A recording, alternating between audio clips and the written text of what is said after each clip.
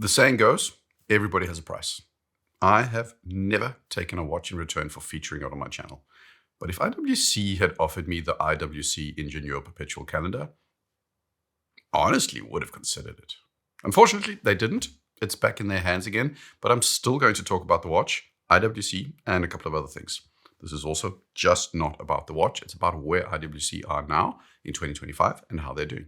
Let's dive in. The Ingenieur Perpetual Calendar 41 is the first stainless steel Ingenieur model in the new lineup to combine the Gerald Genta-inspired Ingenieur design with the Perpetual Calendar developed by Kurt Klaus. Kurt Klaus set out to develop a Perpetual Calendar movement, and the first version of it was released in 1985, and the model in the Ingenieur today is the Caliber 82600. It's an automatic 60-hour power reserve Perpetual Calendar watch with an accuracy of 577 years to 1 day for the moon phase. The case is the Ingenieur design, which is a Genta design. For the last 20 years, the Ingenieur designs were decidedly off course and sometimes downright hideous. Where Patek kind of found a formula and stuck to it through the decades, IWC screwed around with the design, and on occasion they went too far in reinterpreting on the original watch's design.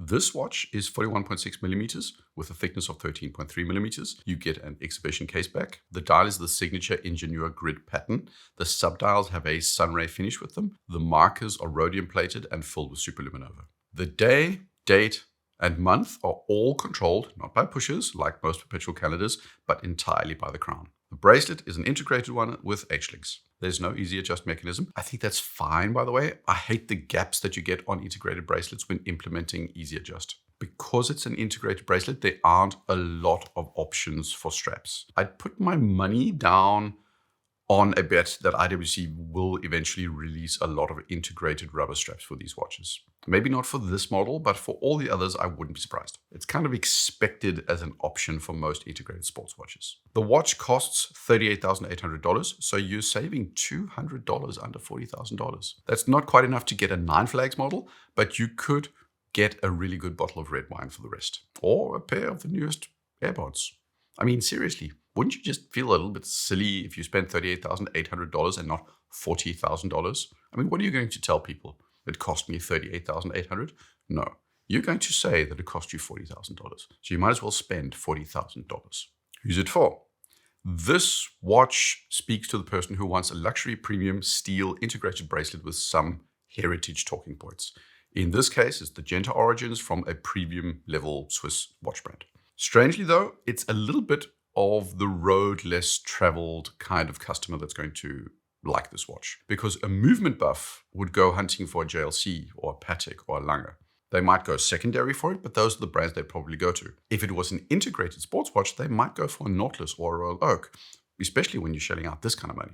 Choosing an IWC in this price range is a very conscious choice because, and I'm not trying to knock IWC at all, but in the crowds where people walk around with $40,000 watches but don't necessarily care a lot about watches, an IWC is not going to turn heads in the way a Patek or a Rolex is. People might think it's good looking, but when the owner's asked, what brand is that? And the owner says IWC, they might get some people saying, is that a Swiss brand? And that's about it outside of watch nerd circles. So this is either for the road less travel kind of person, or it's a person that is a watch nerd and understands a little bit more about Genta and the Kurt Klaus movement and what this watch actually represents. I don't think my channel is going to continue eternally or perpetually, but right now, if you're enjoying my content and you're new here, do consider clicking the subscribe button so you get updates and know whenever I put out a new video. Thanks a ton.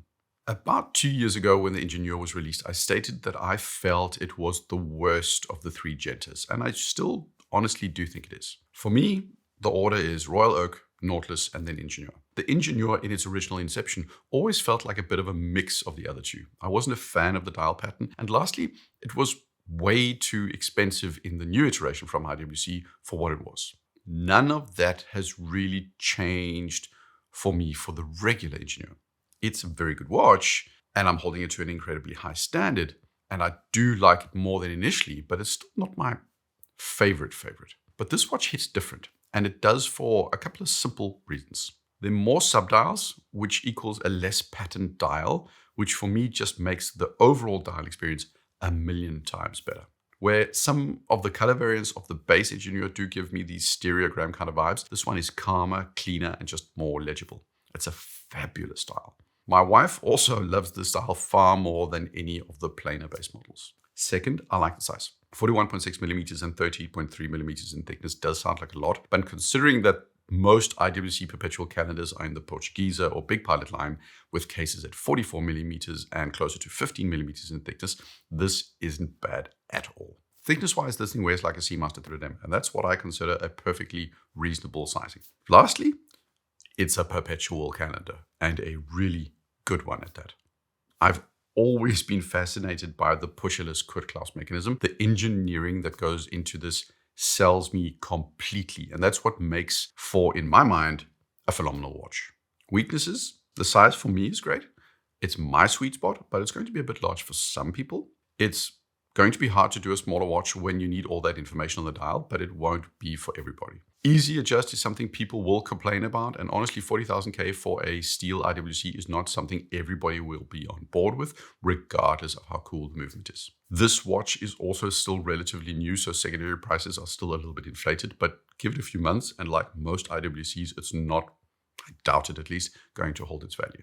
And you know, I don't really care about value retention as such, because I believe you should buy a watch because you're going to be wearing it forever. But at this kind of price point, I think it's good buyer advice to be clear that this watch won't appreciate in any meaningful way. For me, it's a great watch. For the right person, it's a buy option. It's not quite a grail, but for those that want a steel integrated sports watch with a perpetual calendar under $40,000 and don't like the Frederic Constant, this is your only option. And this is where it gets really interesting. First question. You've got $40,000 and you want a steel integrated sports watch. Are you choosing an IWC, an AP Royal Oak, or a Nautilus, or a Moser, or a Parmigiani Tonda? Are you choosing the $40,000 IWC? Next question. You have $40,000 and you want an integrated bracelet watch with a perpetual calendar. What do you choose? A Frederic Constant Slimline perpetual calendar or an IWC? Because those are your only two options. Now, what about a plain old perpetual calendar? You're not getting a Patek. That's $90,000 easily. It's not an AP for sure either. Parmigiani is also about $90,000. There are some entry-level Frederic Constants, and even Bremont had one at one point. But around this price point, it's JLC with the Master Ultra Thins, a Hermes, and one or two others.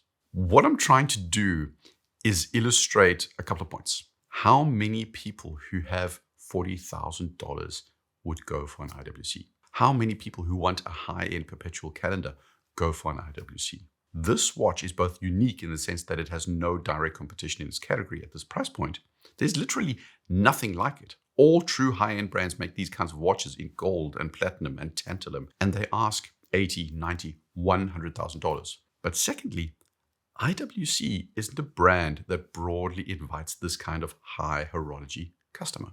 IWC is a recognizable brand. It will be a brand that gets mentioned by lay people after they run through Rolex and Breitling and Swatch and Omega. They're pretty high up there on the brand recognition scale, but they're not seen as a high horology brand. They're not Patek or Moser or MB&F. They're the guys that make the pilot watches, and now they have that F1 thing with that old Brad Pitt dude. And it's because I think there are a couple of brands that I think both the watch community and regular buyers don't associate with complications and the high end. So if I say Jaeger LeCoultre, to the extent that you've heard of them, you'll have people say movements and complications. Patek, if you say that, people will say they make complicated watches, but they won't say it about Breitling. They make big watches. They won't say it about Tag Heuer. They're the ones that have the Link bracelet and that Quartz Formula One watch, and the square one as well. And IWC, they're the guys that make German fighter plane watches. All three of those brands all make complications or have high complication watches. IWC has a huge catalog of moon and tide watches, chronographs, moon phases, perpetual calendars. And to my knowledge, more of them are more or less self-developed or manufactured, or however you define it these days. Historically, there have been ETA movements in the lower end, but more and more, and especially in the high end, it's their own stuff. But broadly, their complicated watches barely get a nod when they're released. Everybody trips over their own tail when Patek updates a sub-second dial or a point-to-date movement, but not IWC. It just doesn't register at the same level. The fact is, this watch, in a very weird and admittedly narrowly defined way, represents a huge amount of value that isn't appreciated fully. This is a phenomenal amount of watch for the price. Is it a watch that will make them a profit if they sell all of them? Of course it is. It's likely a very profitable watch, and absolutely. But $40,000 for a perpetual calendar integrated bracelet watch is not only unique, but it's spec'd to an exceptional level at this point. This is simultaneously a ridiculously expensive watch for an IWC, but it's also paradoxically a lot of value for a high-end integrated sports watch with manufacturer caliber perpetual calendar. I kept trying to get my head around this watch in the context of IWC's position in the market. And at one point, finally, it just kind of hit me. I did a Q&A video a while back where a viewer asked me what was best. A high-end model from a low-tier brand or a lower-end model from a high-tier brand. And what I said was that they should be looking for watches that either represent a brand trying to entice new customers with a unique offering at the lower end of their offerings. So for me, that would be a Vacheron Constantin 56, which is a watch that goes for $12,500, which for a Vacheron is an incredibly appealing starting point. Or it was when brands tried to punch way above their weight class. And the example I used in the Q&A video was the Christopher Ward 12 Loco, which in terms of feature set punches well above Christopher Ward's regular lineup's weight class. And that's what the IWC Ingenieur Perpetual calendar for me represents. It's $40,000, well, $38,800 or whatever. But for what you get compared to the brands above this watch, it's punching way above its weight class. And it's right now without any meaningful competition whatsoever at its price point. There's a Frederic Constant out there that's nice and cheaper, but this watch is just better. And then I got to thinking about IWC as a whole, because I did criticize them a year and a half ago for being a bit dull, which again, I still stand by. But what has happened since? Well, back then I said the following. I spoke to a friend the other day about a completely different company we had a perspective on, not in watches. And our conclusion was that the company was likely doing all the right things and the KPIs were all tracking in the right direction. But strategically, they were likely still stuck in the same place. That's my feeling with IWC. They know their problems. From a KPI perspective, I think they're in a better place than they were. They're checking the actions off the list, but it doesn't feel like it's really getting into something that will put them in a better strategic position in the long term. But who knows? Most of the time, all you need is one product and one launch where everybody goes mental. And if you can capitalize on that, then you're off to the races. So a lot has happened in the past year and a half. They now have that one product and one launch where everybody, relatively speaking, have been extremely positive. The Ingenieur is a very good seller for them. And with the new 36mm versions and complicated versions as well, they have a fully fledged lineup to lean on. They have a new Halo product in their lineup. Their prices have also improved a lot. And that's not because they've lowered them, because they haven't, but because everything has kind of evened out and some brands have caught up. So IWC pricing in general, 8,500 for a chrono, that's the same as an Omega Speedmaster. A Top Gun Ceratanium costs $13,100 and a Dark Side of the Moon from Omega costs $13,400. You pay $6,000 for a Mark 20, which is about the same for an Aquaterra and about the same for the new Breitling Top Time models. These watches are not cheap by any stretch of the imagination, but they seem to have settled at some levels that are comparable to the competitors that they see as competitors. The regular Ingenieur still feels a little bit expensive, but they are moving stock, so it's apparently okay pricing for a lot of customers.